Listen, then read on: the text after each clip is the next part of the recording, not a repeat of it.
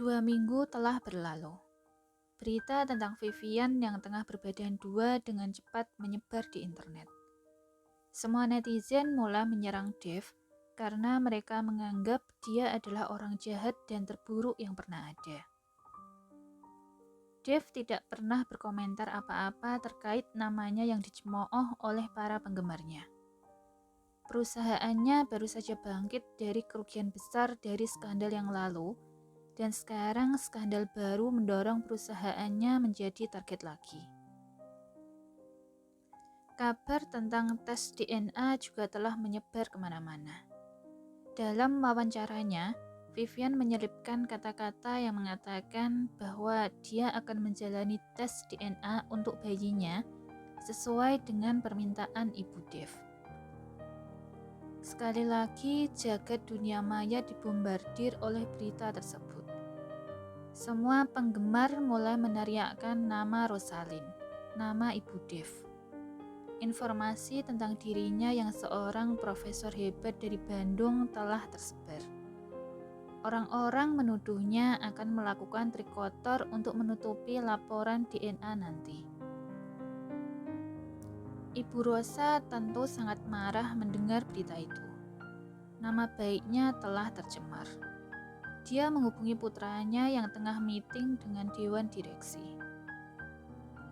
Mama, dengar Davi Rahardian, lebih baik kau peringatkan temanmu itu untuk berhenti mengacau. Atau aku akan membuatnya benar-benar kehilangan bayinya. Hah? Dia mengakhiri panggilan. Dev tercengang. Dia meletakkan handphonenya di atas meja dan menghela nafas berat. Dia mencoba tersenyum lagi. Oke, kita lanjutkan lagi. Dia berkata kepada semua direktur dewan eksekutif lainnya. Di halaman belakang rumah Dev. Ya! Gedebuk, gedebuk.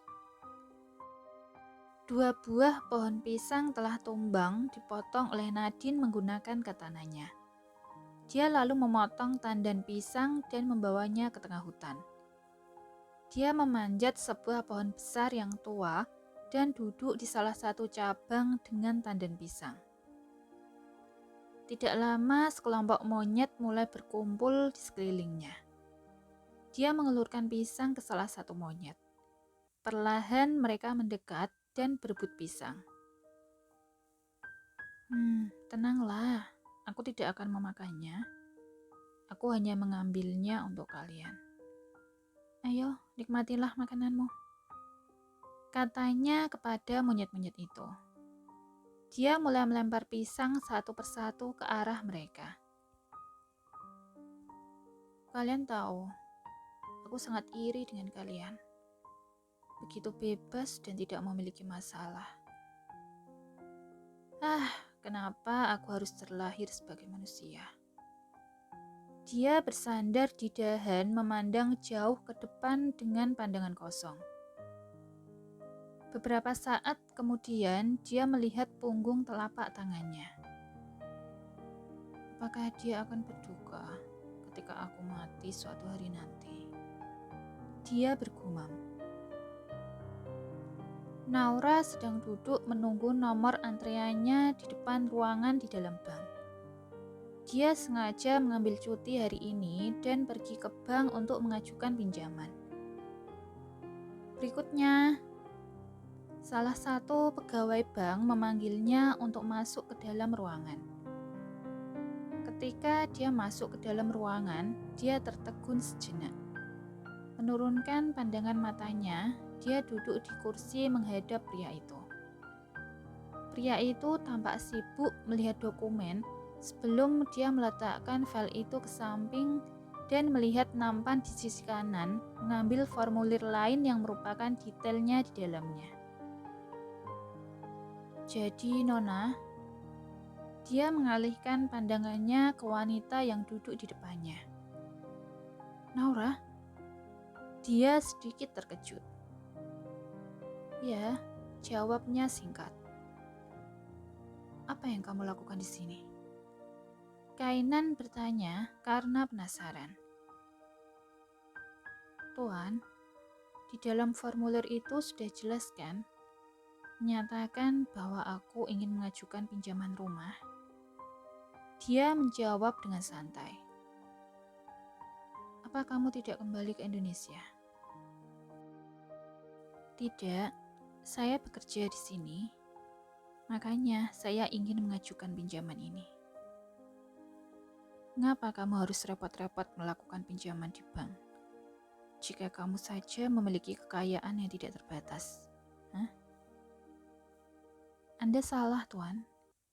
Dalam formulir itu saya hanya bekerja sebagai seorang pustakawan dengan gaji $2.000 per bulan.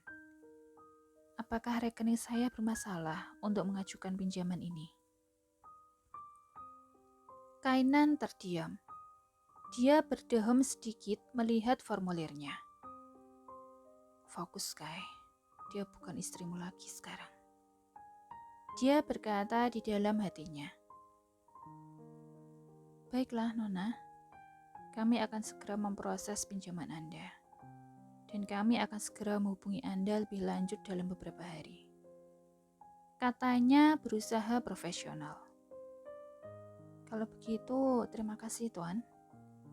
Naura tersenyum sebelum keluar dari ruangannya. Melonggarkan dasinya, Kainan bersandar di kursi putarnya. Dia terlihat berbeda dari sebelumnya. Di mana semua riasannya? Di mana gaun mewahnya? Dia juga tidak memakai perhiasan. Dia bergumam. Dia terlihat sangat berbeda sekarang. Dia terlihat jauh lebih tampan. Apa dia benar-benar stres saat bersamaku? Pikir Naura. Now, Andi yang bersandar pada mobil memanggil namanya. Pria itu sudah sedari tadi menunggunya di sisi parkir di luar bank. Andy? Dia tersenyum dan berjalan ke arahnya.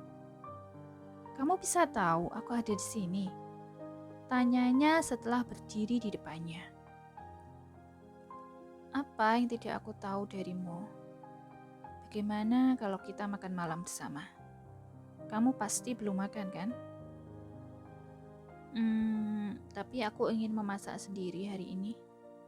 Dia melihat jam tangannya. Oke, bagaimana kalau aku mengantarmu pulang? Terima kasih, tapi aku tidak tinggal di lingkungan ini lagi. Aku menyewa rumah yang agak jauh. Benarkah? Tidak apa-apa, kamu seorang wanita. Setidaknya kamu membutuhkan seorang pria untuk melindungimu. Aku bisa melindungi diriku sendiri. Iya, ayo masuklah. Dia membukakan pintu mobil untuknya. Apa yang ini juga perlu dicuci? Andy bertanya sambil melihat wortel di tangannya. Iya. Naura mengangguk dan melanjutkan memasak. Hari ini dia ingin mencoba beberapa menu baru yang dia pelajari bersama koki pribadi di rumah keluarganya 2 minggu yang lalu. Untuk mengalihkan kesedihannya, dia belajar banyak hal dan terus menyibukkan diri. Meski rasa cintanya pada Kainan masih melekat di dalam hatinya, tetapi dia mencoba untuk tidak terlalu memikirkannya. Oke, lalu bagaimana cara memotongnya? Tunggu. Naura berjalan mendekati Andy yang tengah kebingungan dengan wortel, pisau, dan telenan di depannya. Tidak heran bila dia asing dengan barang-barang ini. Karena di rumahnya sudah ada koki pribadi yang menyiapkan makanan untuknya. Bahkan mungkin dia tidak pernah menginjakkan kakinya di dapur. Menurutku seperti ini. Aduh, teriaknya. Naura tidak sengaja mengiris jarinya sendiri. Naura, kamu ceroboh sekali. Dia segera meraih jarinya yang terluka ke wastafel. kamu harus lebih berhati-hati lain kali. Kamu mendengarkanku kan? Dia bertanya. Tenang, ini hanya darah. Toh aku tidak akan mati hanya karena ini. Dia menjawab dan tiba-tiba teringat pada adik perempuannya. Wajahnya berubah sedih. Ada apa? Kenapa kamu tiba-tiba diam? Andy menyekat jarinya dengan handuk dan melapisinya dengan plester.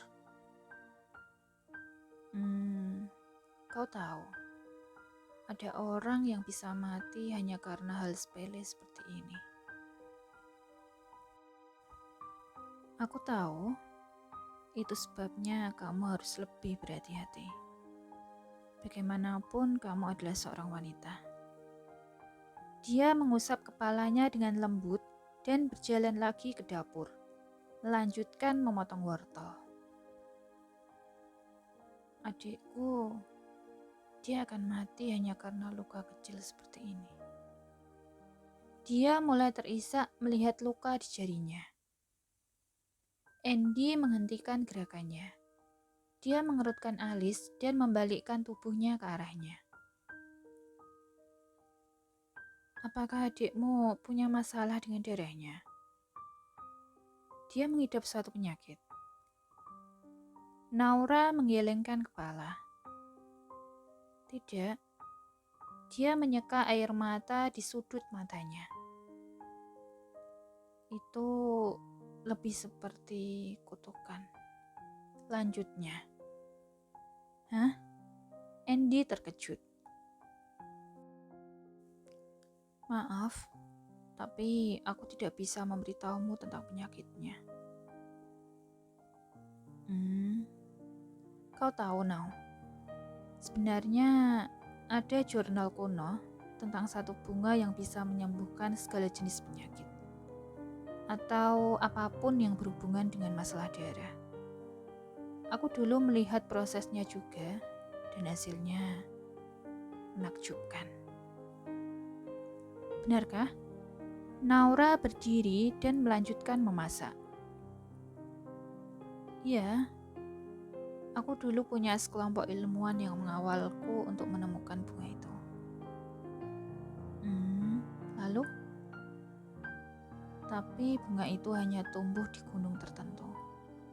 Jadi kita harus mengambil sari dari bunga itu untuk melakukan beberapa tes. Apa pasienmu itu mereka benar-benar sakit atau memiliki kondisi khusus?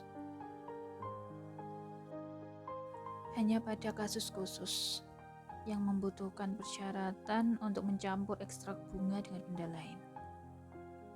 Andy menatap kosong ke meja, seperti sedang memikirkan sesuatu.